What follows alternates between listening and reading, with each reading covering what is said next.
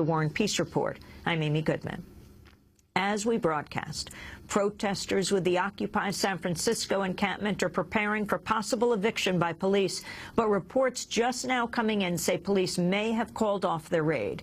Meanwhile, across the Bay last night, thousands of people reclaimed the Occupy Oakland encampment in front of City Hall after police dispersed them Tuesday night using beanbag projectiles and tear gas. At last night's General Assembly, the Occupy Oakland encampment voted almost unanimously to call for a general strike on November 2nd, saying, quote, "Instead of workers going to work and students going to school, the people will converge on downtown Oakland to shut down the city.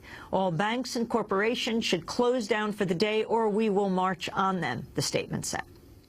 Also in Oakland, an independent police review body will examine the clashes between riot police and protesters Tuesday that left an Iraq War veteran in critical condition. Scott Olson is a 24-year-old Iraq War vet. He was struck in the head by a police projectile.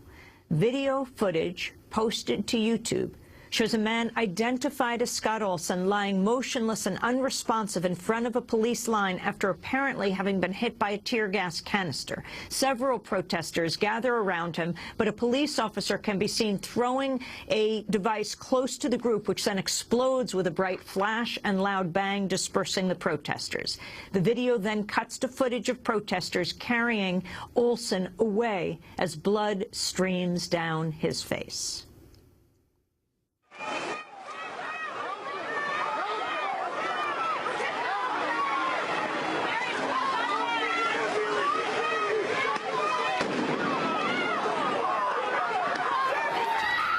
A spokesperson for Highland Hospital in East Oakland has confirmed that Scott Olson remains in critical condition. He suffered from a fractured skull and brain swelling.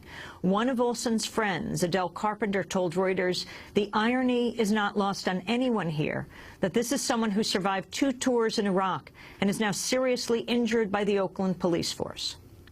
Olson served in Iraq from 2006 to 2010 with the 3rd Battalion, 4th Marine Regiment.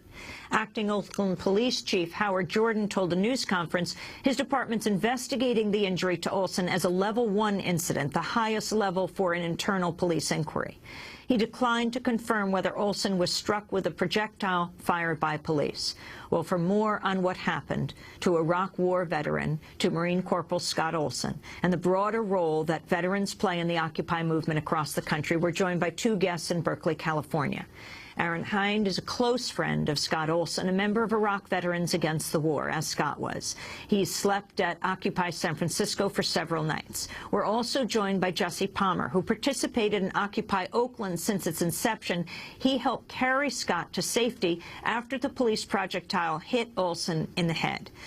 Aaron Hind, Jesse Palmer are joining us from the studios of the University of California, Berkeley School of Journalism. We welcome you both to Democracy Now! I want to begin with Jesse, because you were on the scene on Tuesday night. Can you describe what time it was that Scott was hit and exactly what happened when you came upon him? Well, it was about 7:45. People had marched at 5, and by the point that the first tear gas and concussion grenades were used, people had been marching for over 2 hours. At the time, there was a large group of people standing at 14th and Broadway, which is the intersection right in downtown Oakland, closest to Oscar Grant Plaza. The police had given an order to disperse, but there was no aggressive behavior towards the police. It was basically just a standoff. People were standing around. All of a sudden, it just in an instant with no real warning, concussion grenades went off and tear gas canisters went off all around us. I was right in the middle of the intersection, and it was very shocking because you just heard the explosions in every direction all around you. Most of the crowd I was with proceeded north on Broadway, but people went in every direction. The other 2 intersections, people left. At that time, I didn't see that Scott had been struck, and in fact, the tear gas makes it very hard for you to see. You can't see, so people fell back about a half a block down Broadway. Then somebody said that somebody had been hurt, and so a number of people ran back up into the tear gas, and he was lying on the sidewalk, and there were a couple of medics already with him, and they said, we need to get him farther out because it was very unsafe at that location. And so we picked him up and we carried him about a block around the corner from where they could safely work on him. What exactly was his condition as you tried with others to carry him? So we picked him up, and my initial, I told him, you're going to be okay. My name's Jesse, can you tell me your name? Because I knew it was a terrifying situation and I wanted to comfort him, but he didn't respond at all. His eyes were open. He just stared blankly, and that was when I realized, you know, there was blood coming out of, it was a little hard to say, but his eyes, his mouth, his nose, there was a lot of blood on his face, and it was a terrifying you know, moment. I mean, he was alive, and we didn't know how badly he was hurt, and he didn't speak back to me, and I tried a few times because I thought, oh, he'll be able to speak back, and he never spoke. We got him around the sidewalk, and then there were, the medics said they were EMTs and they had experience, so that was when I left. But he, yeah, he was seriously hurt. I want to play the videotape that has been posted to YouTube. There were two different ones. One is the first when you all got him, and it shows Scott's bloody face as you were carrying him away. And then we'll play the other where people went to try to get him, and the flashbang grenade was hit right at the area where he was lying. Let's go to the first where you got him.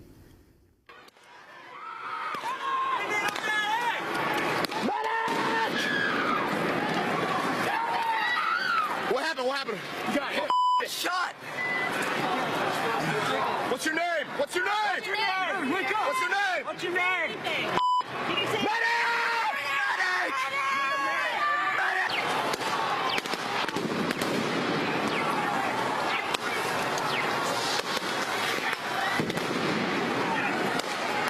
Oh! Hey, back up, back up, back up. And for our radio listeners, of course, you can see this on television, but as you could see just how it how it sounds exactly as it looks, and that is a war zone. The other video is Scott lying on the ground, not yet taken by all of you, the video we just had. And this is when people ran up, we're going to play it as I speak, ran up to try to help him.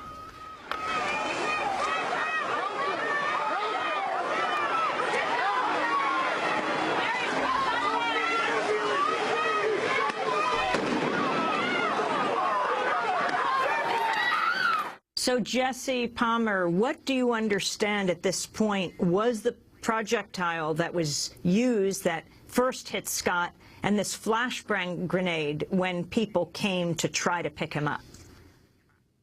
I mean, there's no way I can really say precisely what happened.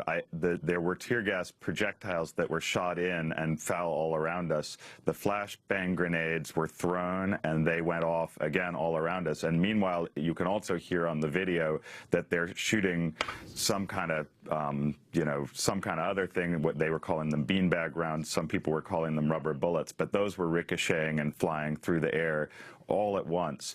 And in fact, you know, just to correct you, he actually got carried twice. There was the initial group that carried him from right in front of the police barricade, which is where he was standing, just down the street a little bit. But then for whatever reason, they weren't able to carry him all the way to safety. And I think the reason is because there was so much tear gas and so many projectiles flying through the air. So I first became aware of him. He had been carried away from the barricade, but not all the way to safety. He was still close to the police, and that was when we ran back up near the police and carried him again. So the first video is of his first carrying, but then he was put down, and then we carried him again to a safer location around the block. It was very chaotic. Hind, Situation. tell us who Scott is. Who is your friend Scott Olson? You both members of IVAW, the Iraq Veterans Against the War. Scott came to San Francisco about 3 months ago from Wisconsin, where he actually participated in the holding of the state capitol over there. Scott's probably one of the most warmest, kindest guys I know. He's just one of those people who always has a smile on his face and never has anything negative to say. Like Adele said, it's very ironic that he was the one to be critically injured, not just because of his status as a veteran, but just because of the nature of him. He was a very nice guy. He was not aggressive. He was not angry at all. Talk about his moving from Madison to the Bay Area and why he was participating in Occupy Oakland. You were not there at the time, is that right? You were at Occupy San Francisco? Right, I was at Occupy San Francisco, and around 8 o'clock or so, someone was reading off a couple of twits off of the Twitter feed and said that there was an Iraq veteran who had been injured. I immediately called some people over there and found out that it was a long-haired Iraq veteran, and I knew immediately that it was Scott. So I started calling hospitals, found out where he was, and immediately drove over there and called over other members of our organization to the hospital for support. Scott came, like I said, 3 months ago, and he got a great job with his friend Keith, who he also served with in the IT. He worked during the day and slept in San Francisco by night. He was a very motivated and dedicated individual, and he believed in the Occupy movement because it's very obvious what's happening in this country, especially as veterans. We've had our eyes opened by serving and going to war overseas. So there's a small contingency of us out here, and we're all very motivated and dedicated, and we're all hoping for the best for a full and swift recovery for Scott. Aaron, can you describe, there's a vigil outside of the hospital as Scott lies inside the hospital. Now, the hospital put him into a coma, is that right, to reduce the brain swelling? Right. The hospital has kept him intubated and drugged up so that he doesn't regain consciousness. I was able to see him for a while yesterday until the nurses finally kicked everyone but his roommate out and stopped communicating with us. I'm guessing that has something to do with the ongoing police investigation in the matter. As far as the vigil outside the hospital, I haven't been back there since about 4 o'clock yesterday. So I will definitely be attending that today. Also his family is flying in today? I believe his family is trying to get here as quickly as possible. I haven't talked with Keith yet to see when exactly they're coming in. But yes, his family is on the way. And you said at 7 o'clock? At 7 o'clock,